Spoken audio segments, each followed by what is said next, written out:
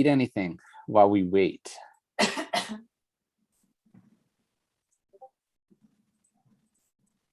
Okay. Sounds good.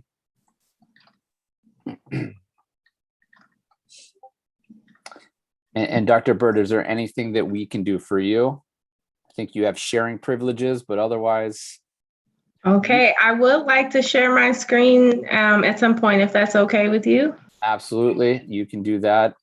We will also, while you're speaking, I'll help to try to monitor the chat in case students ask questions that way. Perfect. So we'll help to try to facilitate as best as we can. Okay. So whenever you're ready, just let me know. So, you know, in the interest of time, I know you're a busy person. Why don't we get started? Students, it's my pleasure to introduce Dr. Bird. I'll let her tell you about herself, but she is a general surgery resident here, I believe, at the University of Pittsburgh. We're so happy to have her. So please give her your attention. If you have questions, as always, feel free to unmute and ask, raise your hand, ask in the chat, and we will take care of it. So Dr. Bird, we'll hand it over to you. Okay, hello everyone. I am Tamara Bird. I'm gonna try to share my screen, bear with me. Okay, can you all see my screen?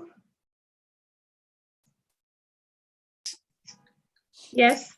Looks great. Okay, perfect. Okay, so there we go. My name is Tamara Bird. I am, as was said before, a general surgery resident. So I'm a doctor that's learning how to become a surgeon here at the University of Pittsburgh Medical Center.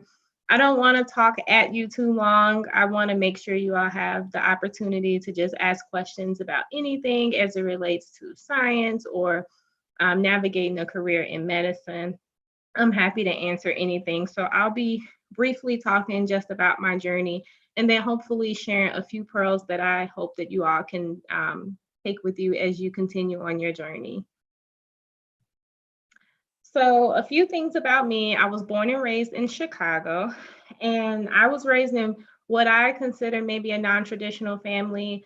My dad did raise me in my early childhood, but unfortunately he was really sick and passed away. So I actually was raised by my older sister most of my life, which was really great. When I was in 5th grade, I got involved in the band. I learned how to play the clarinet and the saxophone for 8 years. And that was one of the best decisions I could have made. Learning how to play a musical instrument is one of the most disciplined things that anyone can do, in my opinion. That is where I learned how to honestly really work at something and learn how to practice doing something over and over again. There is, to me, no easy way to learn how to play an instrument. You actually have to put in the work. You have to take the time. It's a very fine-tuned skill set to have. And I think that my time learning how to play an instrument over 8 years set me up for my career in surgery now.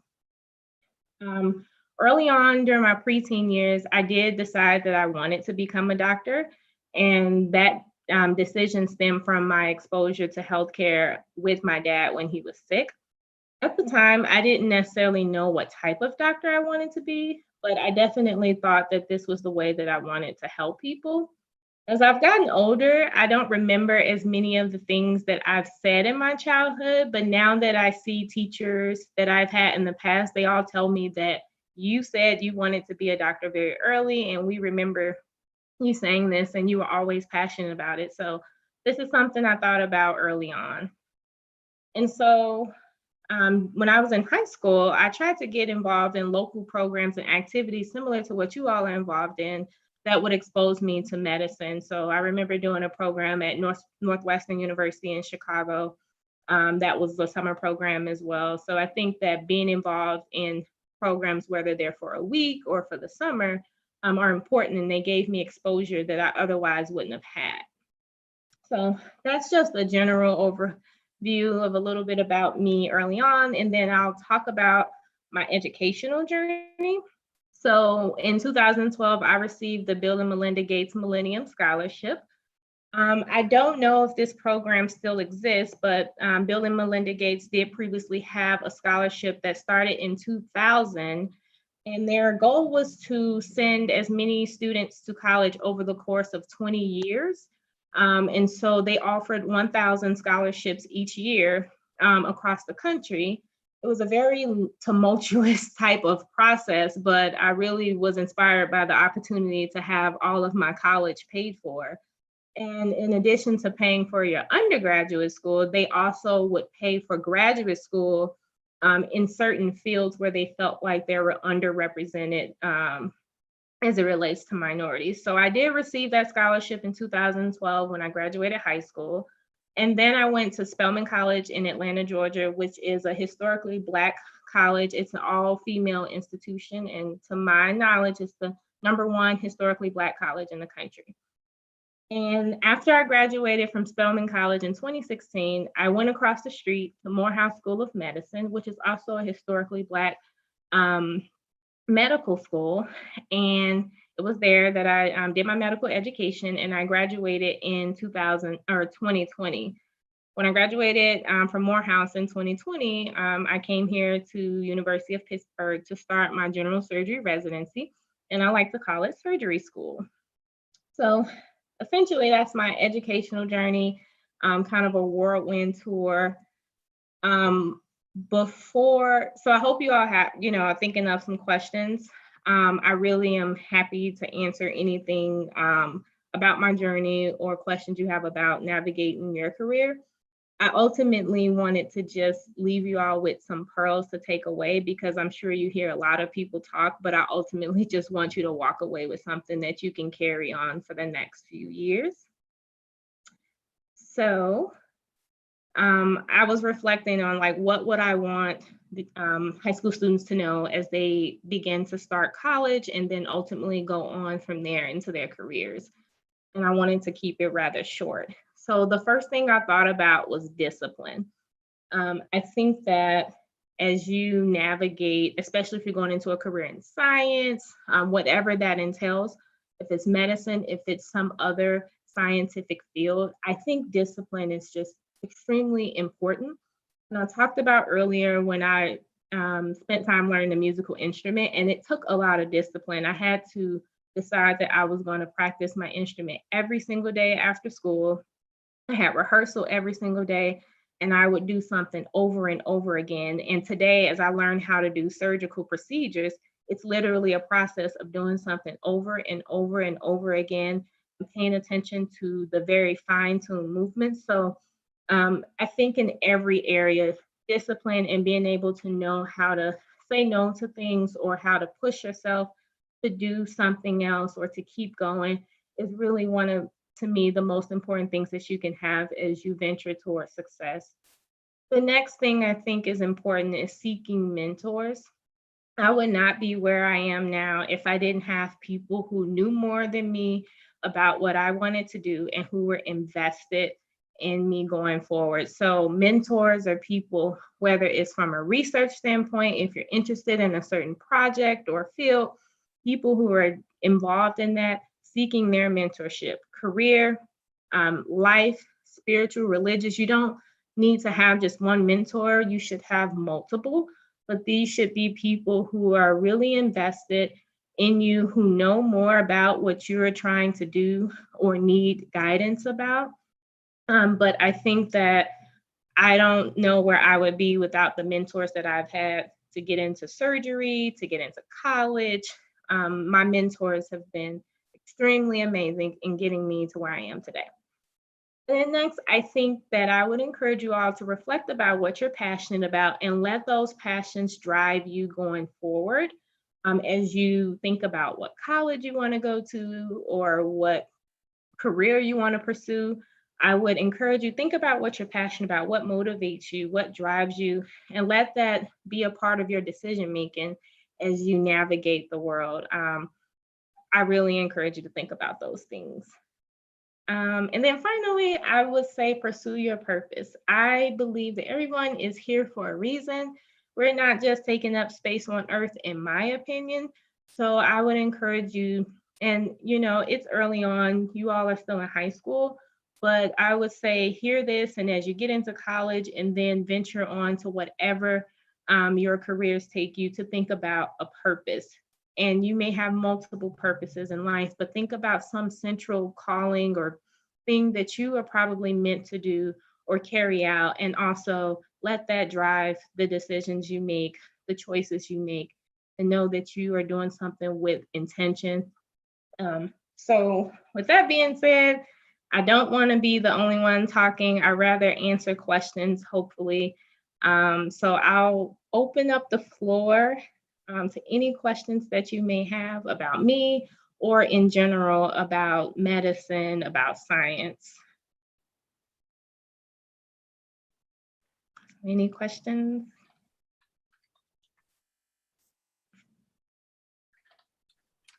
Any questions?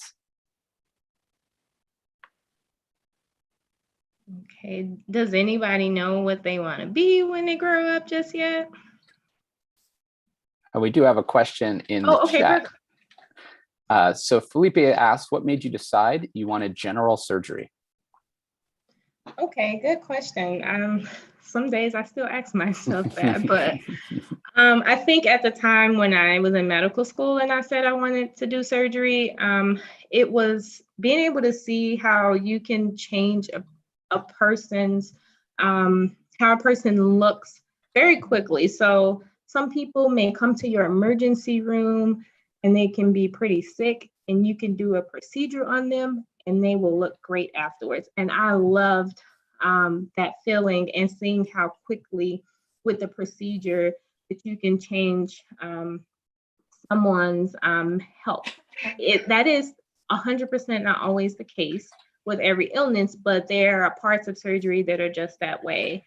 I also felt like people who needed surgery were a different population. So there are a lot of different fields in medicine, pediatrics, internal medicine, but in surgery, I always thought nobody wants to have a surgery.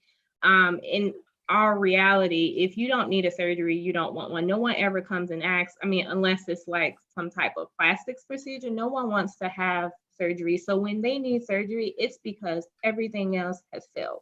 It's because, unfortunately, there's nothing else you can do. And I felt a special connection with people who had reached that point of there was nothing else that they could do about whatever health condition they had. And I think it takes certain people to be able to interact with people who are at that point. So that was one of the reasons I was attracted to going into surgery versus another field. I really like the technical aspects. I like suturing. I like the idea of using robotics, which is now a very big part of our surgical world, being able to use a robot. So yeah, those are the reasons. I hope that was clear.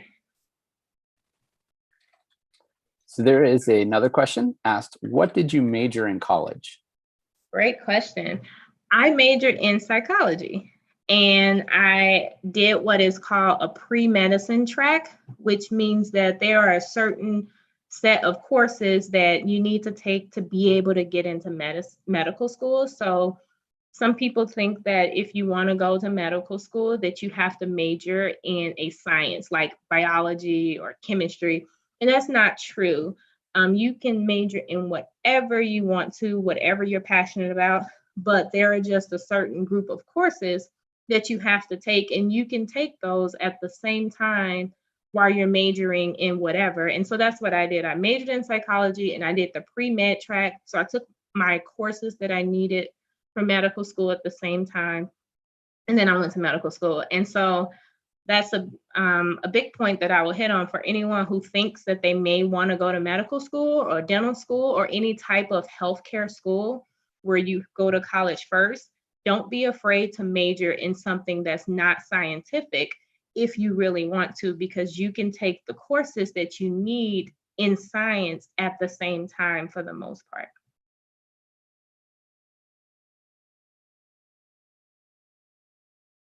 Any other questions? Yeah, there were more in chat, so I'll just keep reading them for you. Okay. There are quite a few now. This is interesting. So what was your mindset for your first surgery? What was my first? Can you clear? Okay,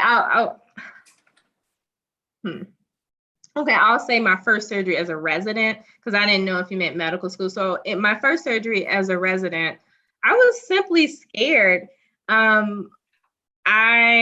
you have zero skill set, and I didn't know what the expectations were, and there were none because the people who were leading me knew that I was starting from square one.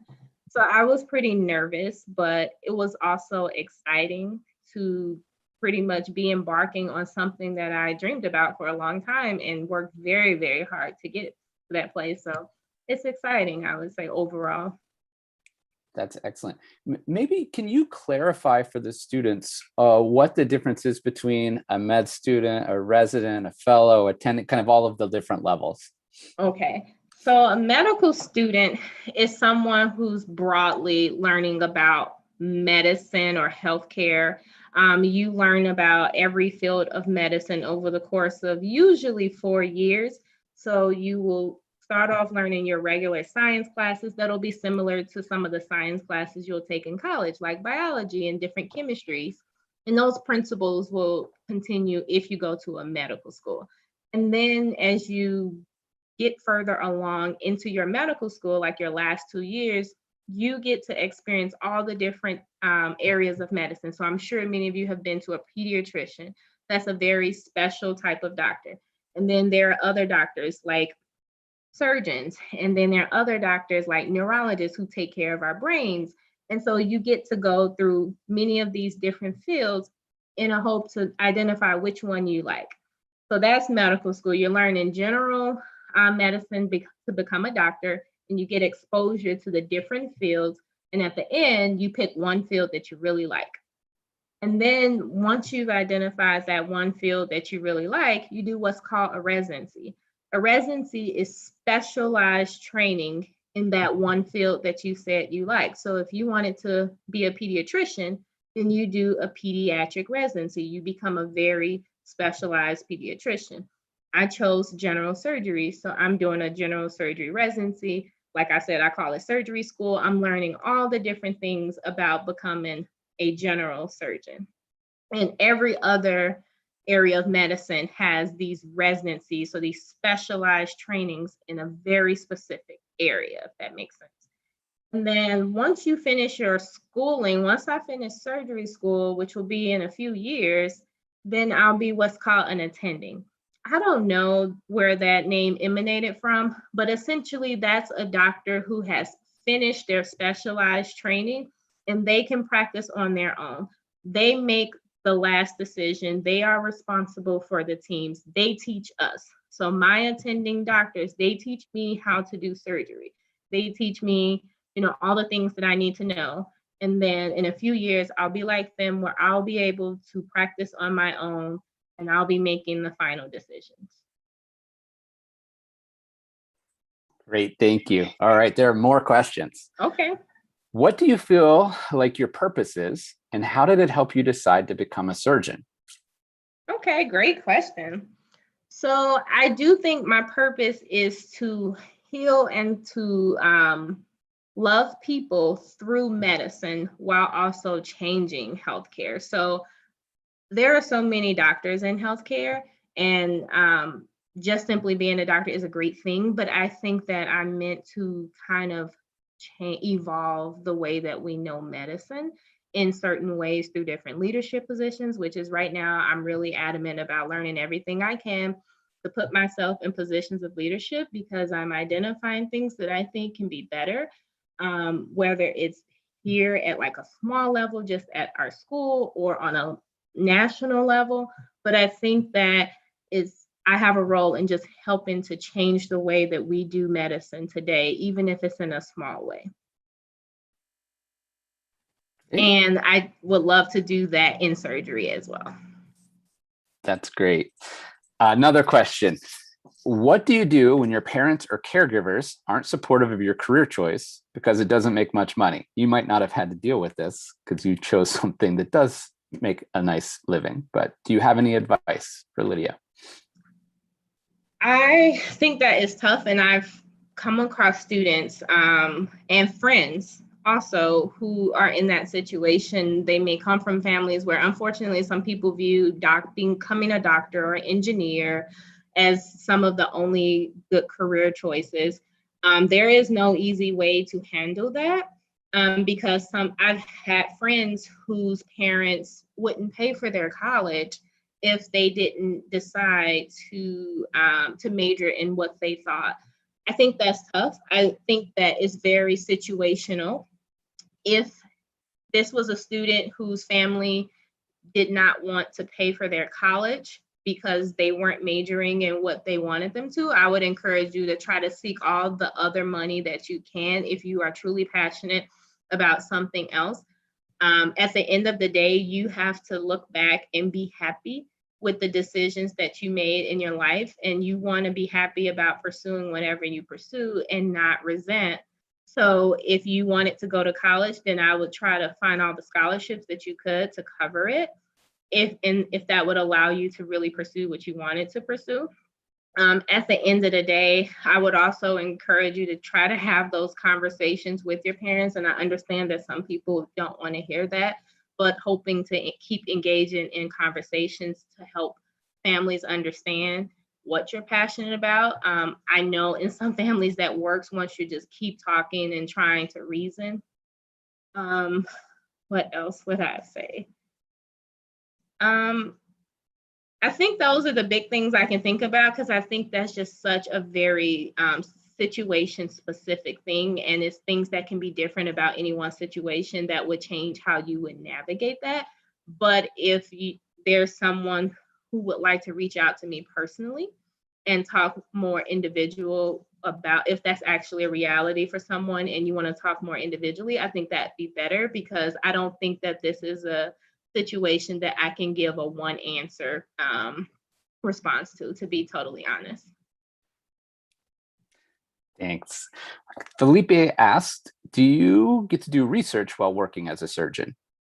Yes, you absolutely do. My program that I'm doing now requires 2 years of research between my 4th and 5th years. So you can also do research at any time, but you have specialized time to do a research project, and you won't have to worry about working and taking care of patients. That's great. And I will point out, I think who asked that question? Felipe, you can talk to Sean, who is on this call. He is doing research with a surgeon this summer. And there are at least 2 other students doing research with surgeons this summer. Okay. Denise asked, how was it getting comfortable with your surgery team in the room, such as your resident surgeon and anesthesiologist? Having to conduct a room of super intelligent people seems so terrifying.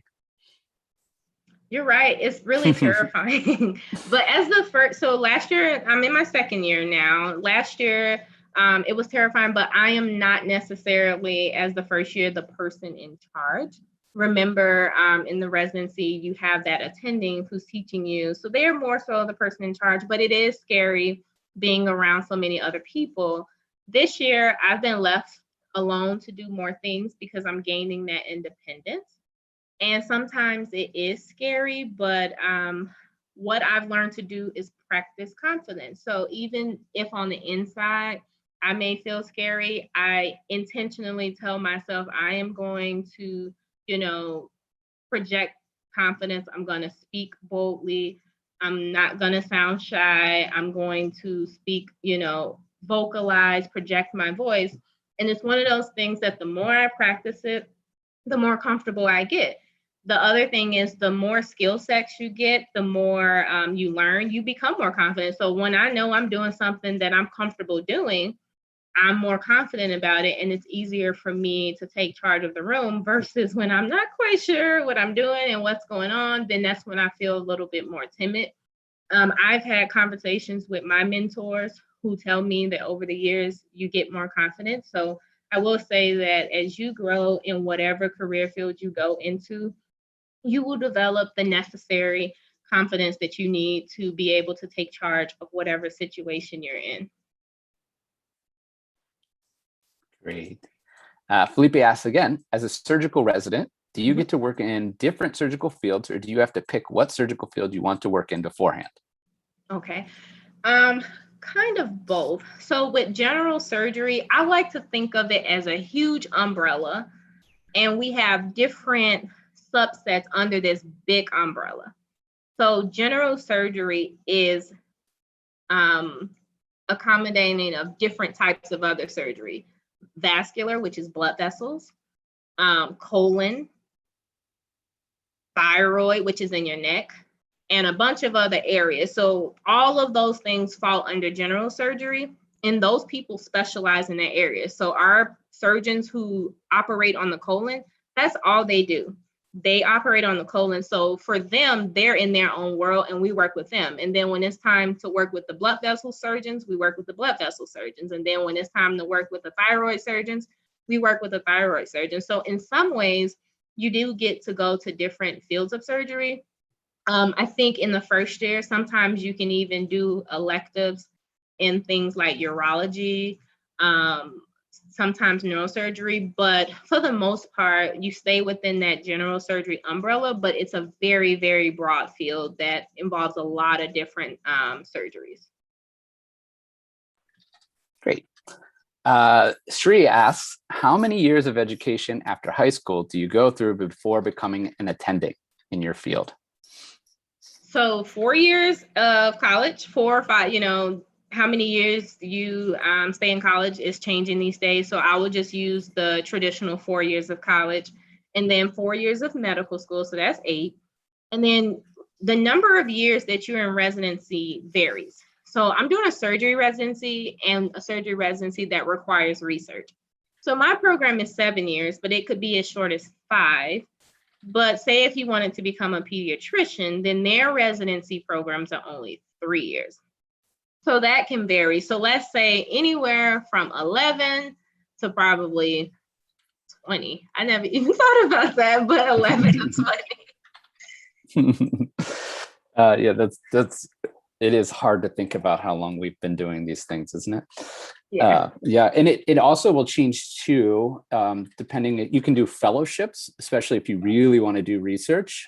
Some of my MD, PhD friends do residencies, and some of them are a little more abbreviated, and then they spend a long time doing a fellowship as well. So there, it does vary from person to person. Are there any other questions? If not, and Dr. Bird, I'm going to ask you a question. Feel free to answer or not, but I think you might be this year our first person from an HBCU this year. I can't remember. So Okay. Can you tell a little bit about, you've spent a lot of time at HBCUs. Mm-hmm. Can you talk a little bit about your experience there? So again, just so we can expose students to all different types of schools. Absolutely. I'm so glad you asked that. So there are, I don't know how many, but there are a lot of historically Black colleges and universities across the country that were formed in a way during a time when African Americans weren't necessarily welcomed at some of the other universities. And so some of these schools were started so that African Americans could also have higher levels of education. But to this day, what's not known is that these schools are not necessarily just for African American students. They are for anyone who wants to attend these schools. So during my college time, I did attend school with people from all nationalities. I think that during these times, these schools still exist to try to nurture members from underrepresented minority communities, especially those who may come from tough backgrounds. My experience at Spelman, which was an all-women's college, was absolutely great. I think I could have went anywhere and got a psychology degree, to be 100% honest, and it would have been cheaper. But I feel like I learned how to be a leader there. They prepared us from day one to be willing to address difficult questions in society, to be willing to question what's going on around us and not just take whatever is happening. And I really love that. I think it motivated me to want to change healthcare, not just to be a passive doctor, but to say we can be better. And I think I've approached a lot of my experiences in life because I've been primed to want to make change. And so at Spelman, we always said we were agents of social change. So the big thing about Spelman was wanting to do whatever you can to make society better. And then at Morehouse School of Medicine, that school's primary mission is to serve underserved populations in healthcare. So I always worked with patients who were poor, who did not have insurance, who had never seen a doctor in 20 years.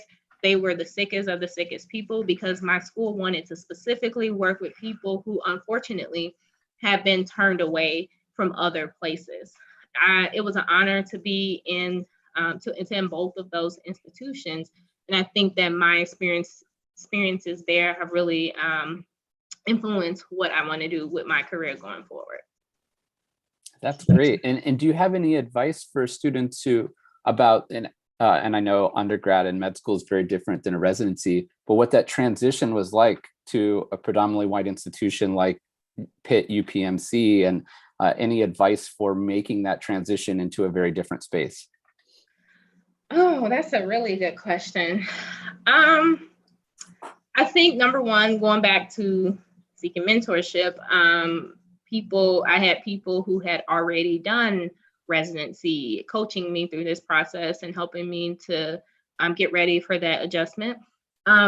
Thankfully, the adjustment hasn't been as difficult as I thought it would be because I think Pitt is a great place. And I think Pitt is a very welcoming place so far from my experience. I have not been the subject of any racism or anything like that since I've been here for the past 2 years. And I imagine that that may be different at other places. So I think that it depends on where you're going. But I think the best thing that I had was mentors who had already lived and walked in that space who helped to prepare me for that. Excellent. That's great. Thank you. And there's one other question from a student, if you still have a minute to answer. Yeah, absolutely. So Lydia asked, for high school, who did you see as your mentors? How did you decide who to select to write letters of reference? Great question. So my mentors early on, well, I would say later on in high school, as I was applying for scholarships and applying for college, were some of my science professors who, number one, had shown that they were the most invested in me going forward, and those who were knowledgeable to give me wise advice about choosing college and knowing at that time that I wanted to ultimately go into the healthcare field. So I feel like some of the people back then had enough knowledge about what I should be thinking about to get to my long-term goal. So you may not know exactly what you want to go into, but even if you just have a few puzzle pieces, try to find some people who, number one, you trust, who, number one, are invested in you. But if they have any inkling of knowledge of how to kind of help you get on track to get to your long-term goal, I think those are people who would be great to consider mentoring you now. Excellent. And there is another question. This is awesome because this is the most engaged. I think the most questions they've asked. This is awesome. So Sophia asked, did the length of school and training needed to be a surgeon ever make you nervous or hesitate? If so, how did you navigate that? Absolutely, 100%. Especially, I mean, you just saw, I didn't even think about that it's probably going to be 20 years since, or something close to that. But, and this is an ongoing conversation. When you go to college, if you start telling people you want to go to medical school, you're going to hear people say, oh, that takes too long. And, you know, when I told people I wanted to do surgery when I was in medical school, everyone said, oh, that takes too long. And as a woman, people told me, oh, don't you want children? And oh, don't you want to get married? And all of these different things. So it's definitely a common thing. But I told you to think about what you're passionate about. So I was passionate about going into surgery, and I knew that I could have went into a field where I would only have to do 3 years of residency and then I would be done, but I would be miserable. I could not be a pediatrician, and it was not worth that. I am very passionate about being happy. So while I may, spend more years in training, I think that I'm going to be, very happy with the skill set that I have because I'm going to be doing exactly what I want to do. The other thing is I've learned not to think of the years of training. I've learned not to just think about the end, but to enjoy the entire process. So now I'm working every day not to think about when I'm going to become an attending, but to focus on my life now as a resident and to have all the fun and enjoy life now, and don't spend my life always thinking about the next 8 years when I get to this milestone and then when I get to that milestone, because you don't enjoy the in between. So I'm doing what I'm passionate about. That's the most important thing. And I want to enjoy the in-between time. That's great. Are there any last questions, students? I think our next speaker might not be coming, but Induka Amunkalor, who is amazing, is coming at noon. So if there are any last questions, we can field them. If not, we'll take about a 20-minute, 25-minute break for Dr. Amunkalor to come, who he has a great story. And for those of you who asked about surgeons doing research, he has his own research lab doing primary research, basic science research, translational research, and is in surgery all the time. This will be his last talk to all of you. He's given many talks to Hillman Academy students because he just took a leadership position at Penn. So please come back. He's amazing. Dr. Bird, thank you so much. I really appreciate it. It was really great, and it's great to meet you. Thank you so much. It was a pleasure for me to talk to you all. Please, if you want to reach out to me, this is my email. If you have any questions, no matter what it's about, please feel free to reach out to me. It was reaching out to speakers or people who had talked to me that helped me to find people who helped me going forward. So it doesn't matter. It's no such thing as a silly question. Please reach out to me. And I wish you all the best. Good luck in everything that you do. Thank you. Thank you all. And everyone else, feel free to turn your cameras off, go eat some lunch, and I'll see you at noon.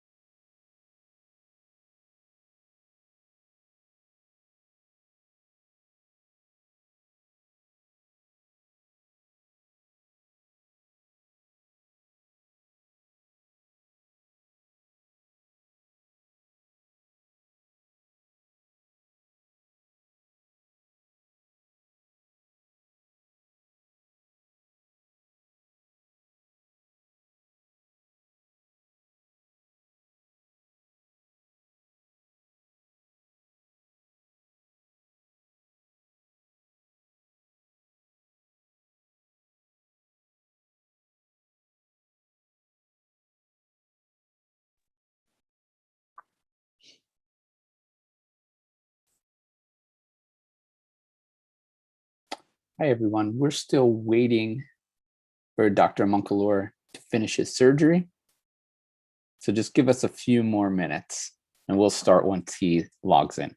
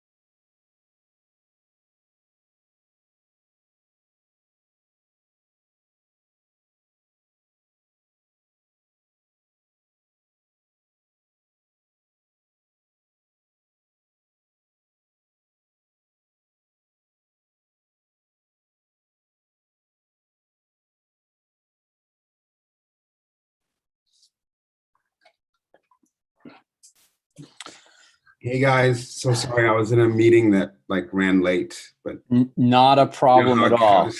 So happy that you were able to join us. Yeah, So I think that we'll get started in interest of time and give you your full amount of time to talk to students. We absolutely. had someone talk to them from 11 to 11:30, a general surgery resident. So this will be a great follow-up. And Yeah. so to students, I've already kind of introduced Dr. Monkalor to you a bit. He has a fantastic story to tell you, has talked to us for many years now, and is always one of my favorites and students' favorites talk every year. So I'm just going to turn it over to Dr. Monkalor because he introduces himself and his research very well throughout his talk. Yeah, this is a wonderful event, and for the students, you guys are very fortunate. This is the beginning of a journey that hopefully will lead you, somewhere fantastic in the field of medicine and science, and if not, will give you some perspective about medicine and science. So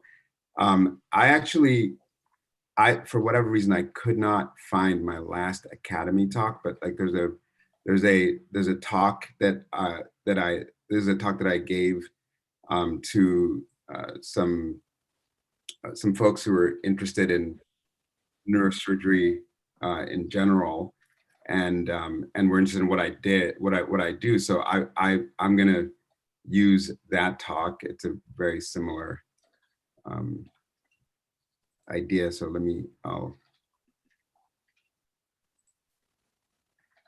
can you guys start to see my screen okay? We can, yes. Okay, great.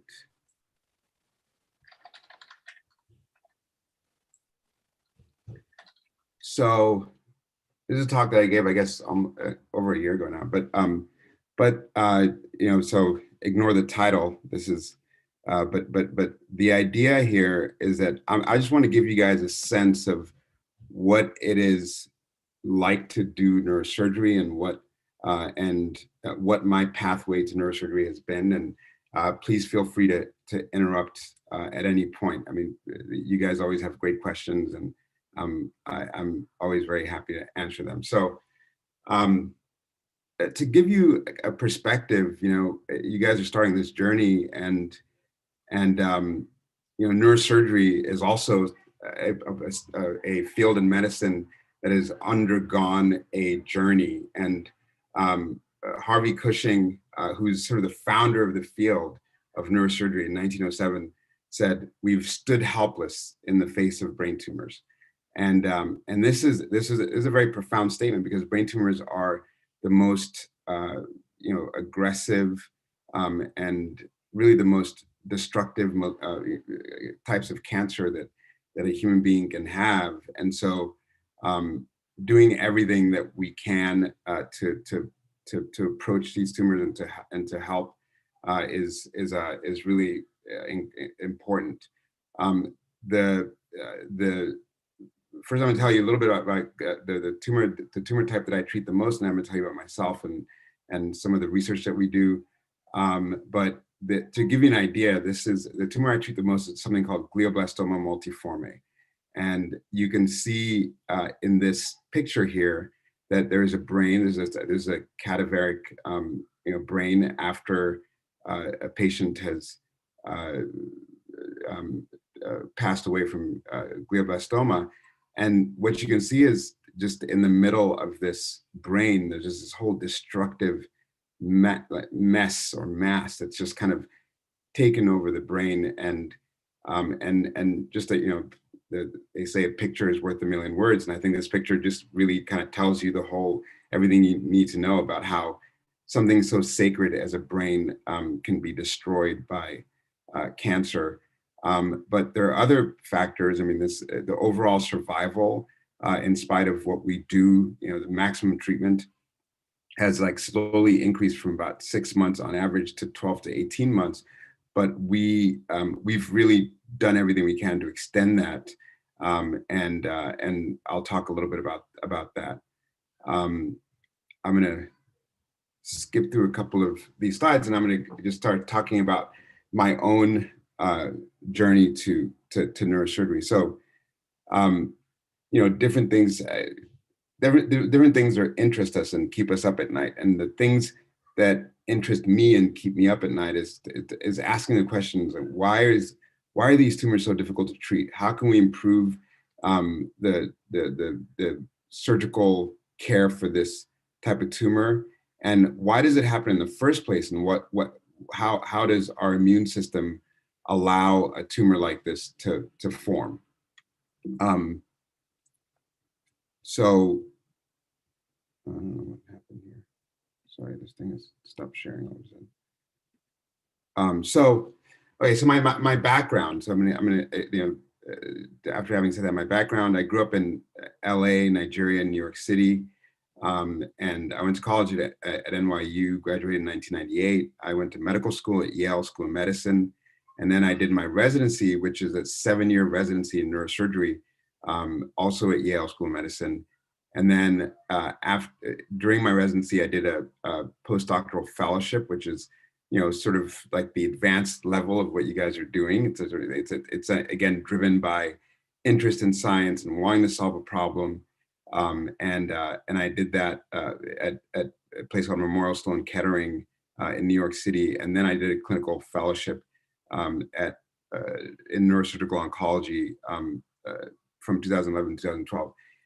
For you guys, it's really important to take a look at this. So starting as a child and getting to high school where you are, and then from the process of beginning high school to finishing fellowship was like almost a 20-year process, right? So for you guys, it'll be like a 24-year process. And the important thing about this is that, it's really a journey. And the most common thing I hear about when I tell people about neurosurgery is that people will, just lay people will say, why, like, how long does it take? And I tell them, and they're like, that's insane. Like, I would never do that. That's just so long and crazy. But just remember that it's a journey that, like, you're learning an incredible amount of information.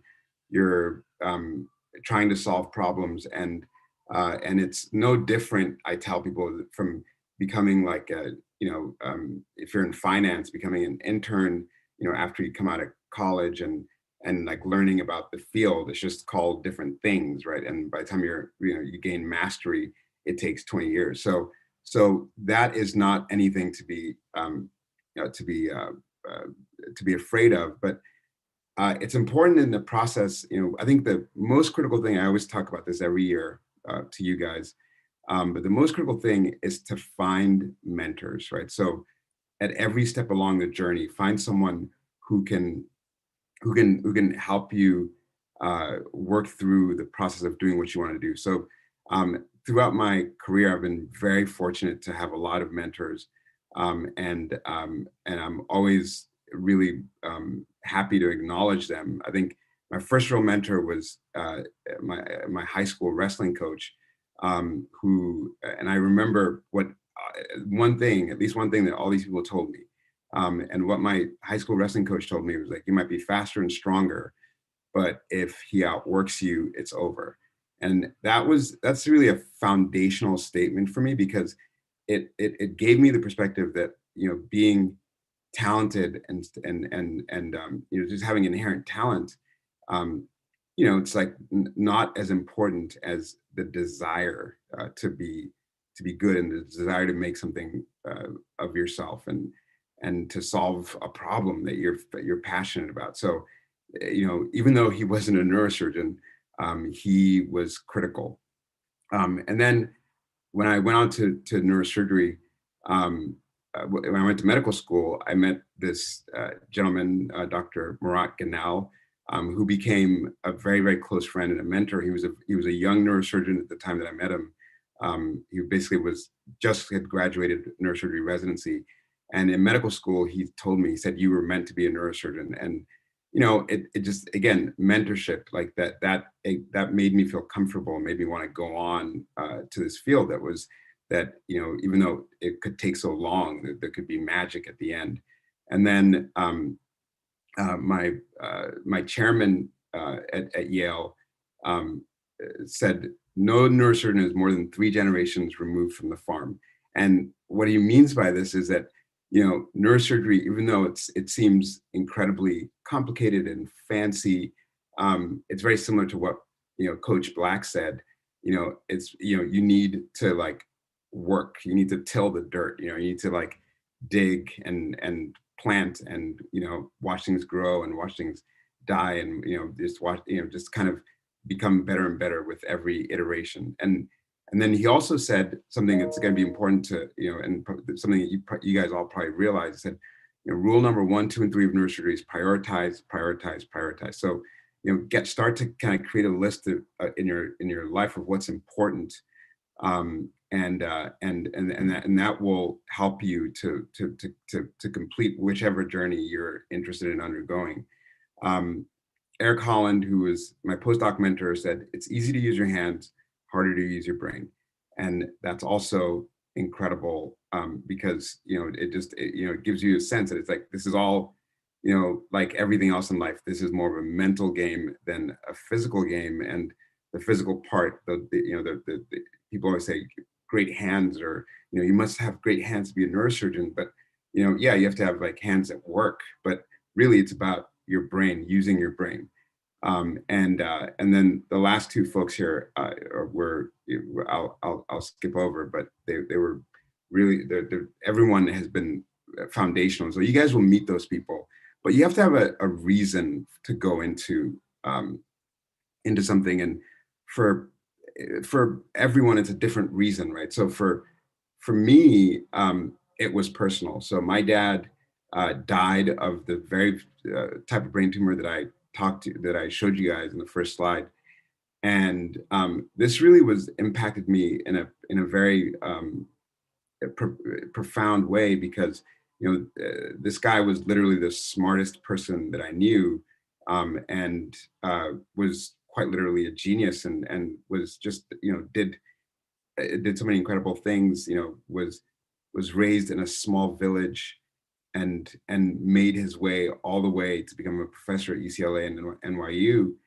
And what I watched, was really kind of profoundly changed the way that I approached life, which is that, he got a brain tumor in June of 1994.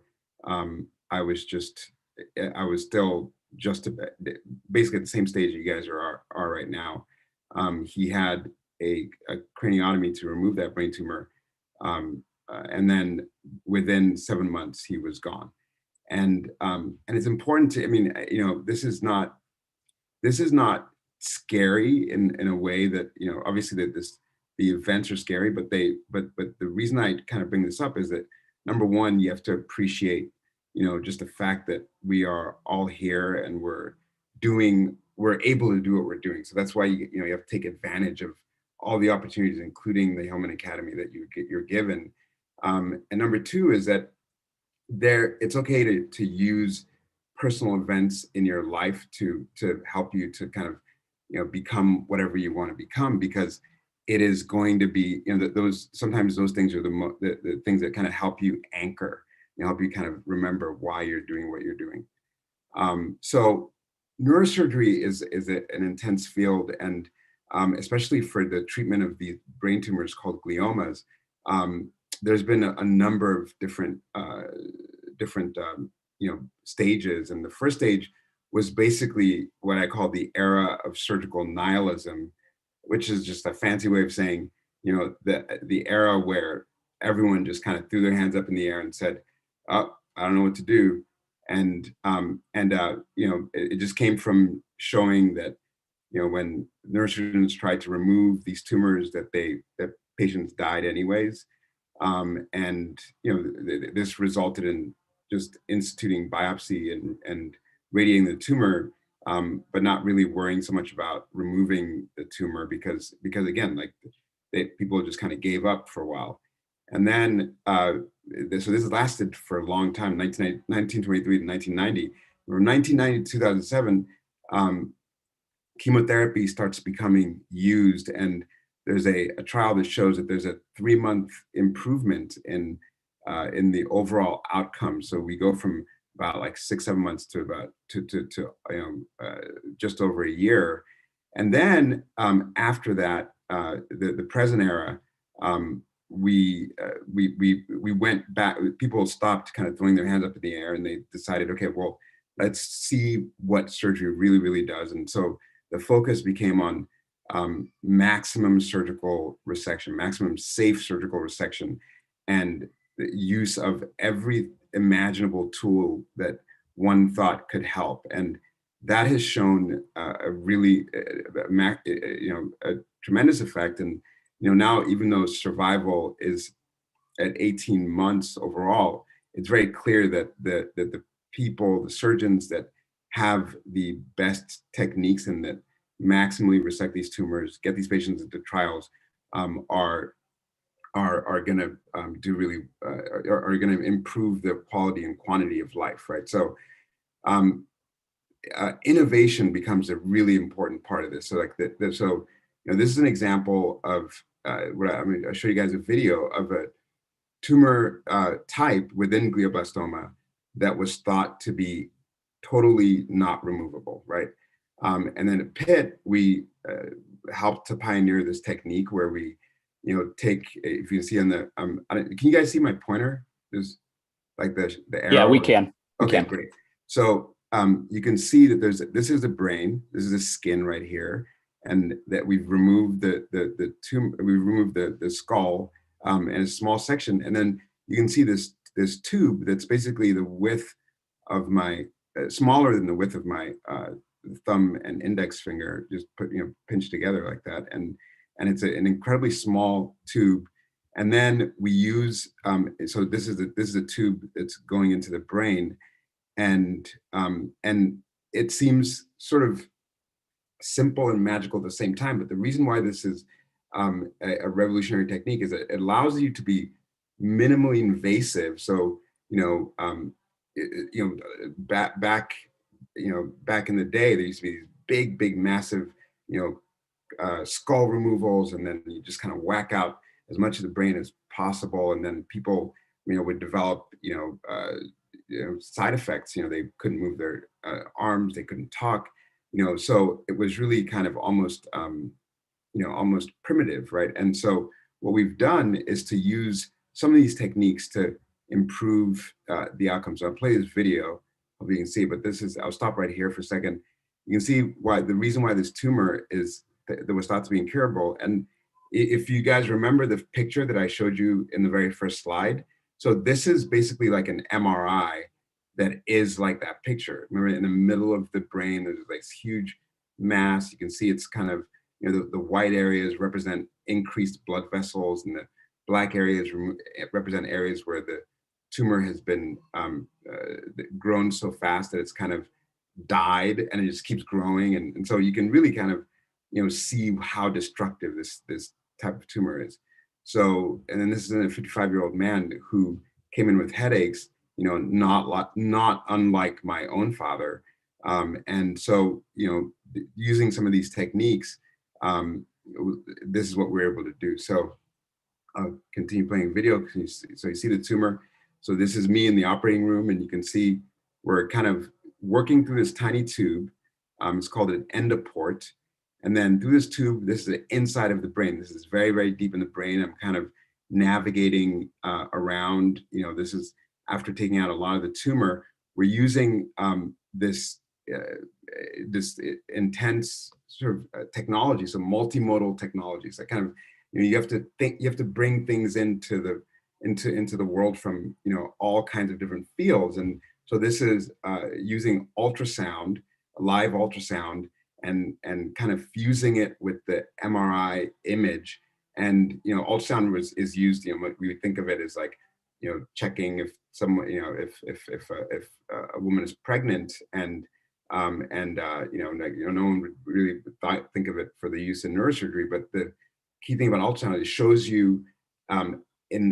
shows you live what's going on deep inside structures, because the sound waves travel and then emit a picture. And so you can see that there's an MRI that was taken before, and then this is a live ultrasound, and so we can see what we're doing the whole time. So you can see this channel where we've kind of made removed much of the tumor, and it's giving us live feedback about what we're doing. So this, and then this is after the removal of the tumor. So you can see, like, let me just back it up a little bit and freeze.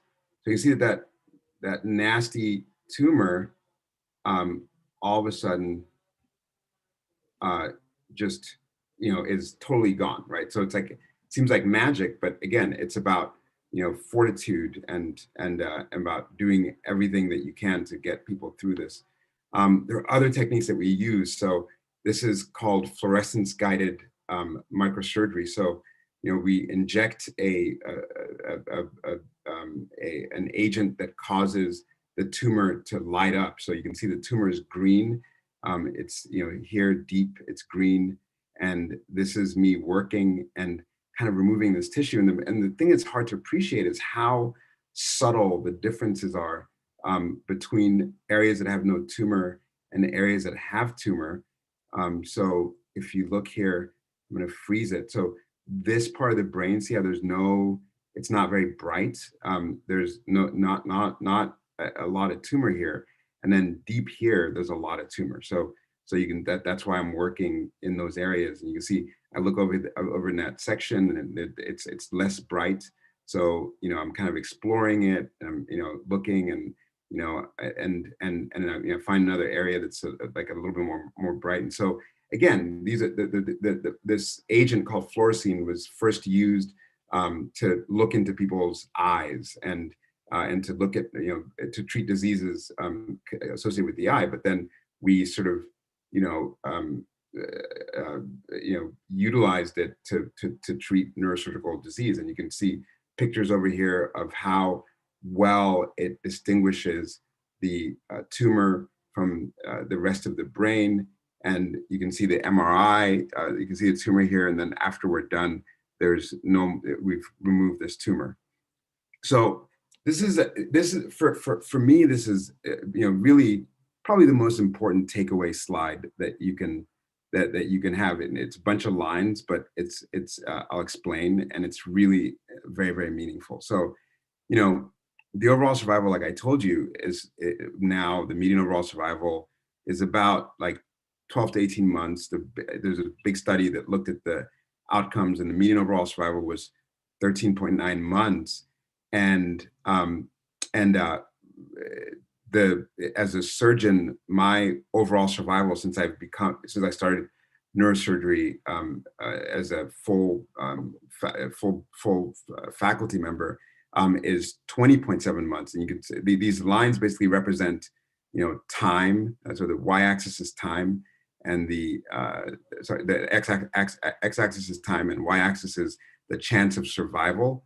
So you can see that over time over survival, the blue dashed line represents patients dying faster than the red line, right? So this difference is a survival difference, and it's basically 7 months. So just by maximally resecting this tumor, but I think this is maybe the more important of these slides, is that no matter what you do, you can always get better. And what this represents is, so the same database, the same brain tumor database here with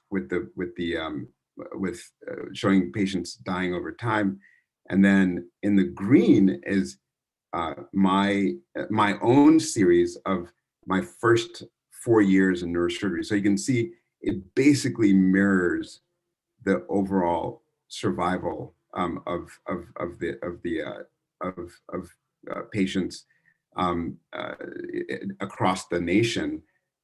But from 2016 to the present, you can see that there's this massive difference, right? So like, compare the blue line to the red line, and then compare the overall survival, which is 13.9 months, to the current overall survival over the last 5-6 years, which is 25.8 months. So like so starting from the point where Harvey Cushing said, we've long stood helpless in the face of brain tumors, and patients were dying at after 3, 4, 5, 6 months in 1908 all the way to the 1990s. We really have started to make this difference, and it's not, it's the point of this is that change is incremental, right? I mean, there's sometimes that we get massive breakthroughs, but most of the time it's incremental. It involves hard work, persistence, perseverance, passion. That's really what induces this change. And you can see this represents my own personal journey in terms of surgical excellence, right? Like, and it shows you, like, I wasn't born a better surgeon than anyone else, but you become a better surgeon through hard work, innovation, open-mindedness, and just kind of thinking about multiple ways to treat this disease. So, The other part of it is that while you're developing these surgical skills, you have to, you've got part of being open-minded, part of being a scientist, as a surgeon, is to remember that we don't have all the solutions, right? So it's part of that not having that surgical nihilism that I talked about, like not just like forgetting, just throwing your hands up in the air. So what we do is we go back, we take these tumors, we go back to the laboratory, and we explore them in a number of massive ways. This is just a broad spectrum of how we look at these tumors. We look at their immunologic function. We look at the genetics inside the tumor. We look at what the tumor looks like under the microscope, and we translate these into sometimes mouse experiments where we then ultimately test different agents and then try to improve the outcome in humans. And there's some evidence that this is really helping. And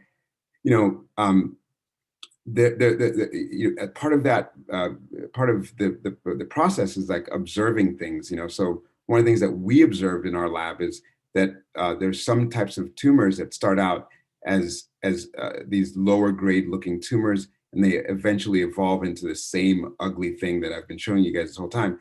And the perfect analogy to me is that this owl in a tree, you really can't see it, and then it like transforms into a lion walking through the jungle, and like all of a sudden it's like, whoa, this is a big deal. This is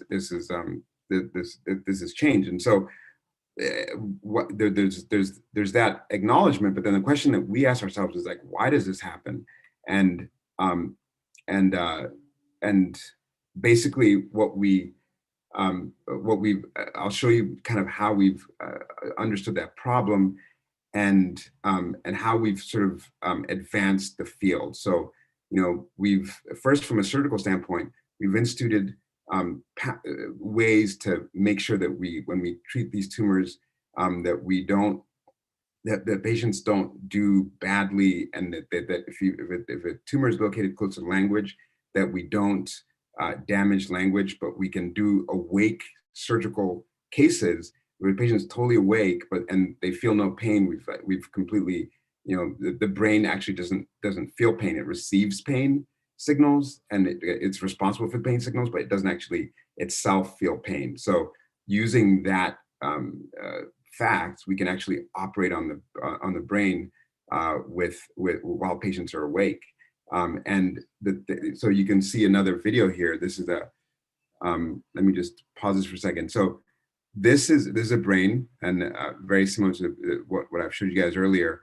But the difference here is that this patient is awake, and because their tumor is in the area that controls the hand and leg regions of the brain, and so it's what we call eloquent cortex, and it's a fancy way for saying this is an important part of the brain, right?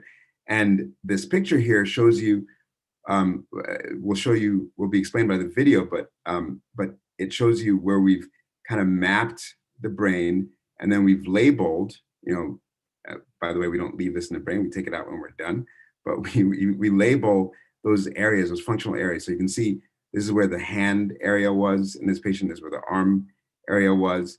This is also part of the hand area. This is where the face area was in this tumor. So so we can use this to basically create a no-fly zone, right? So it's like, like this is where you don't go, much like we use the fluorescence. And so you can see that we've basically preserved these areas of the brain, and we've removed the tumor, and you can see the MRI pre-op and post-op. But here's the video. Again, I'm working in the OR and trying to figure out what's going on. So, there's this little tool called an Ogeman stimulator, and I'll use it to stimulate the brain while the patient's awake. And so you can see I'm delivering electrical currents, and you can see that now we're mapping the area that involves the leg, and you see the leg move, right? So someone's observing it. So that's how we know that's important. Don't touch it, right? So don't remove that area. So and then all kinds of incredible tools, right? So there's ways to look at the white matter paths of the tumor. So there's also another tumor that would seem like you can't remove it because it's in the leg and arm area, but then when we use this thing called high definition tractography, we actually see where the important white matter tracts are, and we can see that the tumors actually just pushing those white matter tracts forward, and it gives us an idea of how to approach this tumor. So we actually have to come at it from behind so that we don't disrupt this whole tree of important information. And then you can see post-op, we've removed the whole tumor. This is a brainstem. We basically come all the way down to the most critical parts of the brain. And this is a young gentleman and that is doing quite well. So, so we, the bottom line here is that that surgical technology advancement, I mean, all of that are things that you can apply to whatever field you go into, right? So to go back to what we talked about before, about that the owl sitting in a tree that you can barely see, that's camouflaged, and then the emerging into like the lion in the jungle. The question we asked is why does that sort of seemingly innocent looking tumor become so aggressive? And the way the way we approach this is by thinking about the immune system and thinking, well, why doesn't our immune system, stop this? Much like you can say, why didn't our immune system stop COVID, or why didn't our immune system, stop different other types of cancers? And this is where there's been a revolution in the field of cancer and understanding how the immune system works and why why cancer silences the immune system.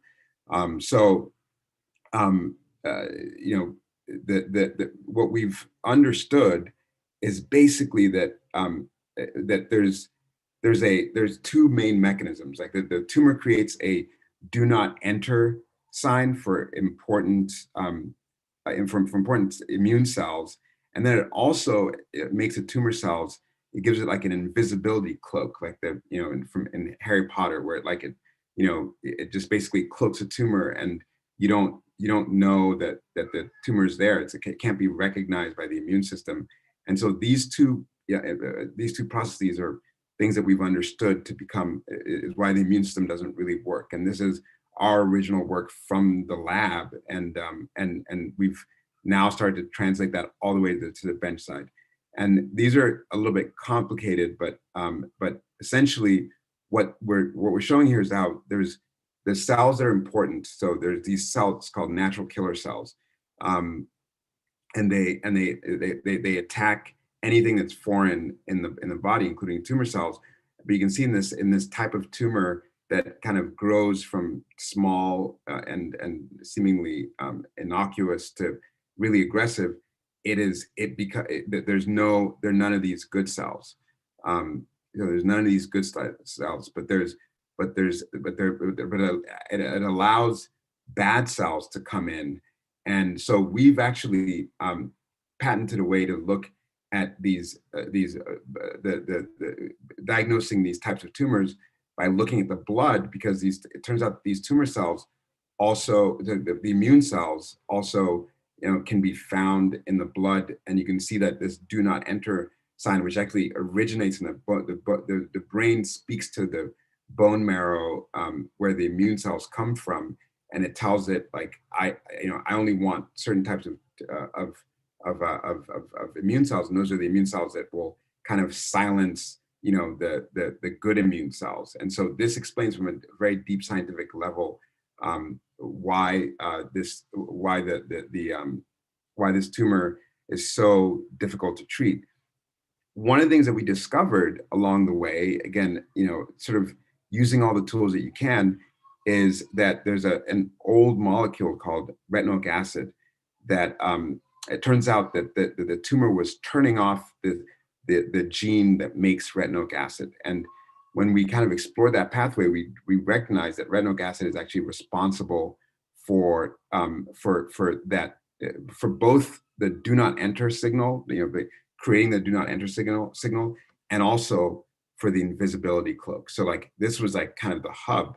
And so, you know, the reason we do science is because we understand things better at the, you know, the very basic, you know, microscopic level. And we can see, again, these lines that I've been showing you where like this line represents in a mouse how fast these mice die when when you don't give them the retinoic acid, and all of a sudden we give them the retinoic acid, and they're living a lot longer, and the volume of tumor is a lot smaller.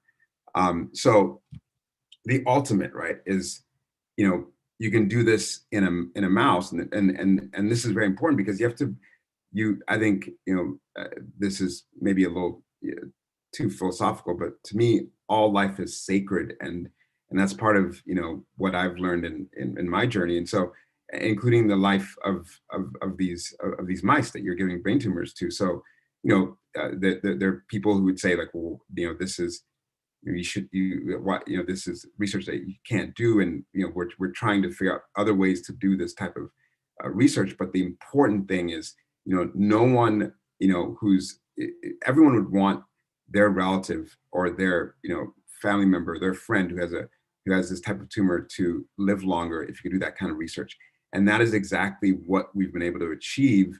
And so we translated these findings from the tumor, studying the tumor, to studying it in mice, discovering the genetics, the immunology, immunotherapeutic, you know, barriers that this tumor puts up, and then all the way back to the patient. So this is something, you know, we call it from bed to benchside to bed. That's what, you know, you'll hear that if you stay in medicine for long enough. You know, it's a bed to benchside, which is basically saying, you know, taking samples from a patient and studying them so that you can like help, you know, either that patient or future patients.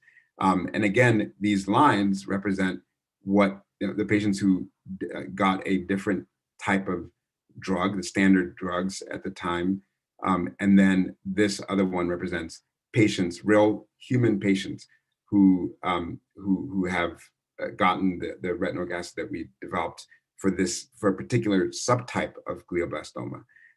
And you can see in the MRIs, you know, before we give this retinoic acid, there's this tumor here, and then it goes away.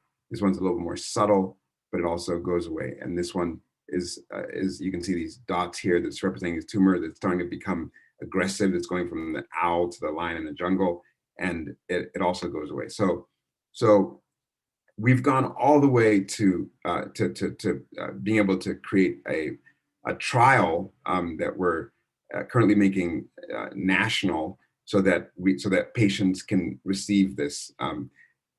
So, you know, I think the bottom line here is that you know, this is a slightly different talk that I've given in the past, but I think it's actually maybe really important, because I think what hopefully you guys have been able to get from this is that, number one, you know, you have to sort of have a passion for what you're doing, you know, no matter what it is, you know, just to find what really, really interests you. And the reason you guys are here is because science, you know, interests you. So, you know, hold on to that passion, develop mentors, and then also develop a whole network of people that can help you, right? So, you know, so I've been very fortunate to have just a huge network of people that have helped financially and otherwise, and you know, from the federal government all the way to patients who donated money to the labs, this kind of research.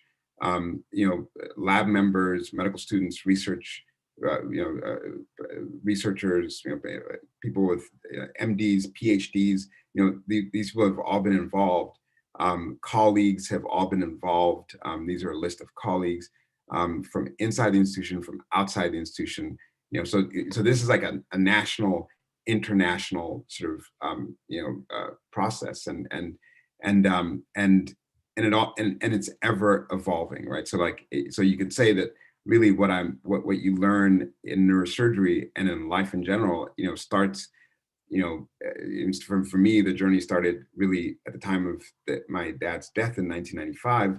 and then to now, and the changes that we've been able to make by persistence, perseverance, and just, again, to go back to Eric Holland's, words, it's easy to use your hands, but harder to use your brain, to essentially using our brains, right? And all of these things have resulted in improved outcomes for patients. So I hope that you guys enjoyed that, learned, something from that, and I'm happy to take any questions. Thank you, Dr. Munkler. Any questions, students? Feel free to ask them, put it in chat, just like you've been doing, however you feel comfortable.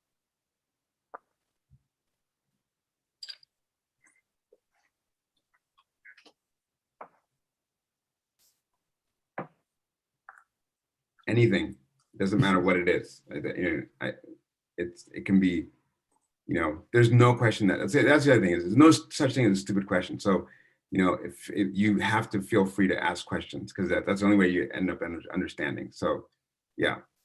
So there is a question in the chat. Felipe asked, what are/do you have any future research plans? Yeah, so that's a tremendous question. And, so again, the answer is yes, because this is ever evolving. And so we've discovered, one way that the immune system gets knocked down by these tumors, but we just made a recent discovery that there are these structures called exosomes that are little bits of the tumor cells that actually leak into the bloodstream, and that those are the things that are kind of silencing the immune cells, right? So like, from a genetic level, we kind of understood what's making the immune system not work. But then from an actual, like, mechanistic, like the carpentry level, like what's actually doing the work, we've now discovered these little tiny particles that leak through the blood and silence the immune cells from where they're coming from. And we're developing currently strategies to change those particles to make them fight the tumor. So this is an exciting new research angle. We have research angles on how to improve surgical techniques and all kinds of new tools. And so the answer is yes. And also you always have to have new angles if you're going to be able to make a difference.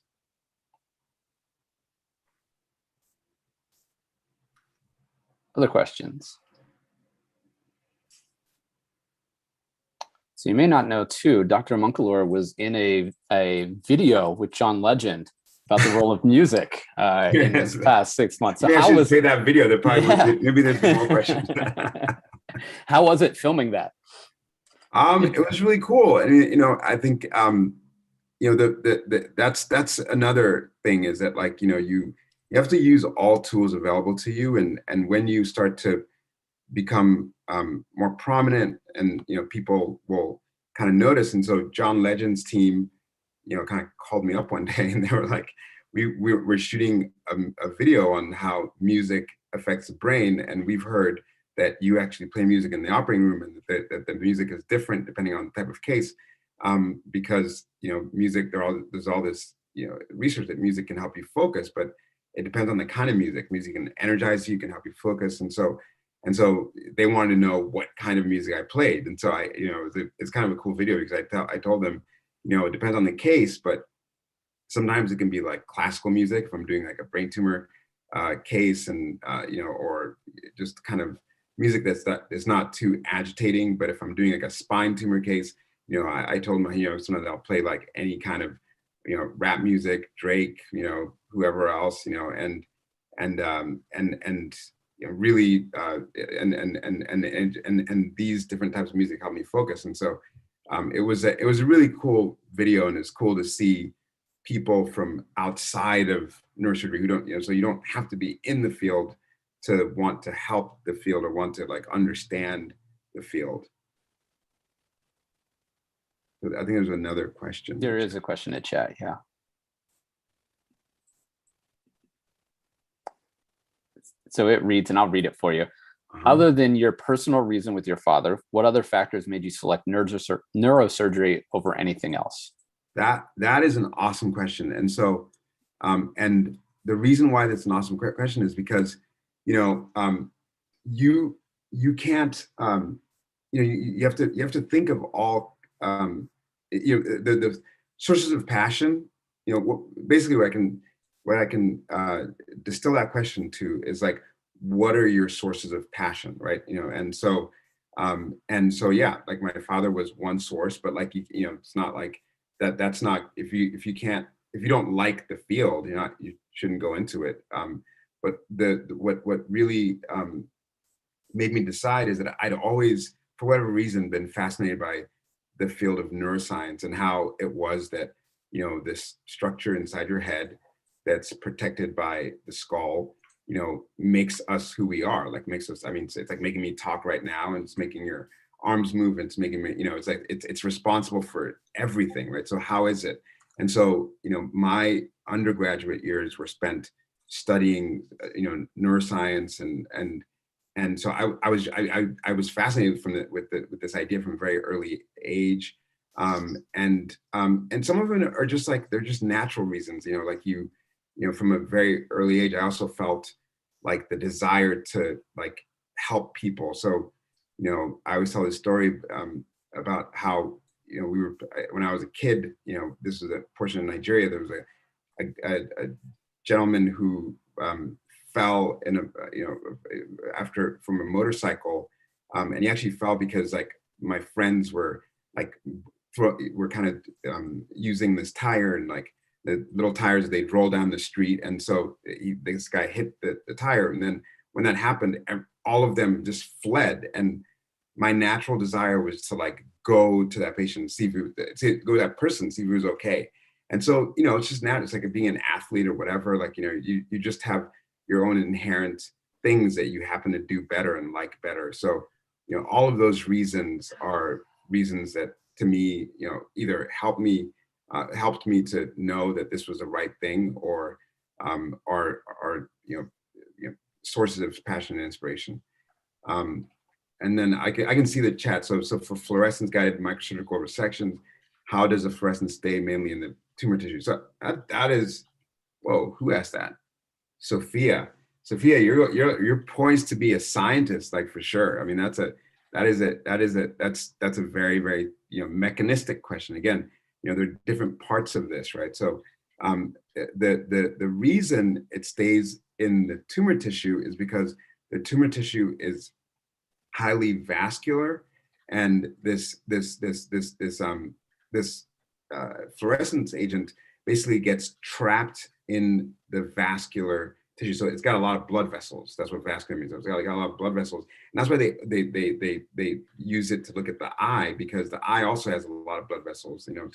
So that's the way that we. So it's because of the size of the fluorescent agent that it does not leak out of the blood vessels, but it stays inside the blood vessels and it gets trapped there. So it helps to magnify, because this tumor recruits all these blood vessels. It can that it uses to kill someone. You can actually use that against the tumor and to fight the tumor.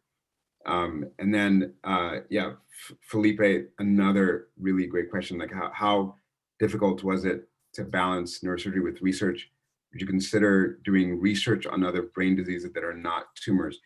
Yeah, so it's almost like your first question answers your second question. So it is difficult, so it's really hard. So it's but it's it's just, we all have different capacity, and part of being good at something is recognizing when you're stretched too thin, or when you have capacity to do more, right? So for me, I knew that I was capable of doing both, but the question becomes like, how much of both? And so I initially spent like 90% of my time in the operating room, and 10% doing research.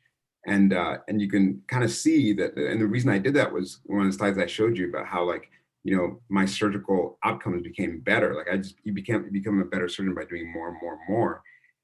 And then, once I became very, very confident, I started kind of moving back towards research. And so now it's like, now like probably 30% of my time is spent doing research. So there's a balance, and it's based on time, and it's based on other things that are important to you. Like, I mean, we all have families, we all have friends, we want to hang out, we want to do all these things. So like, that's really important. Like, don't, just because you have a passion doesn't mean that you forget the things that actually make you happy outside of work. You have to have those things. And so, that was a balance. And so that answers your second question, which is that I basically, at this point, I don't have the bandwidth to do research on other brain diseases, but it doesn't mean that in the future I wouldn't. It's just like right now. And so again, we're always evolving. And then I think that's probably our last question is, when you resect a tumor, how often do you get it out in one procedure? Does it usually take multiple attempts to take the whole thing? That's a great question. The answer is that it depends. So like 95% of the time we get it out in one attempt, but it doesn't mean that the tumor wouldn't come back, right? So like, so sometimes you get it out, and you've taken out everything that you can see, and then this tumor kind of, comes back. And if the patient is well enough and we think can handle surgery, we've taken them back to the operating room and resected. So there's probably the most surgeries I've done on one single patient is about 4, and that patient has been alive for like 9 years, right? So that's like, so it all depends on the circumstances, but you can often get it out in one try, but the tumor keeps coming back. That's the horrible thing about this tumor. So yes, we sometimes go back and take it out. All right. There is one more question. I don't know if you have time for that or not. It's a good question, Sal. Yeah, I mean, I think, that the video that I showed you guys with the picture of me taking out the tumor that was centered right in the middle of the brain, and developing the technique where we use this little tube to remove tumors that were previously like impossible to remove. That particular video that I showed you was like the first time that we accomplished that. And I think that surgery, that particular surgery, was the one that I was most proud of, because it was, technically achieving something that, like, people thought could never be done. And it was doing it, using a number of tools. And so yeah, that's, it's important to be proud of what you do. And, that also gives you more confidence to keep doing it. And so, yeah, I mean, pride is also a source of inspiration. It can also be damaging, but you have to know, when to draw the line. And that particular surgery has really helped me, just to think like, wow, we can do this. So yeah, so that's a great question. All right, with that, Dr. Munkler, I'll let you get back to your incredibly busy schedule. Thank you so much for taking time out to talk with us. Best of luck at Penn. We're certainly going to miss you. Absolutely, you guys are wonderful, and you can all find me on either Twitter or my email. I'll make sure to post my future email to Dave, and he can hand it out. And I'm always willing to kind of answer any questions that you guys might have. Okay. All right, I appreciate it. All right, take care. You're very welcome. Take care. Okay. Bye, everyone. All right. Bye, guys. Bye.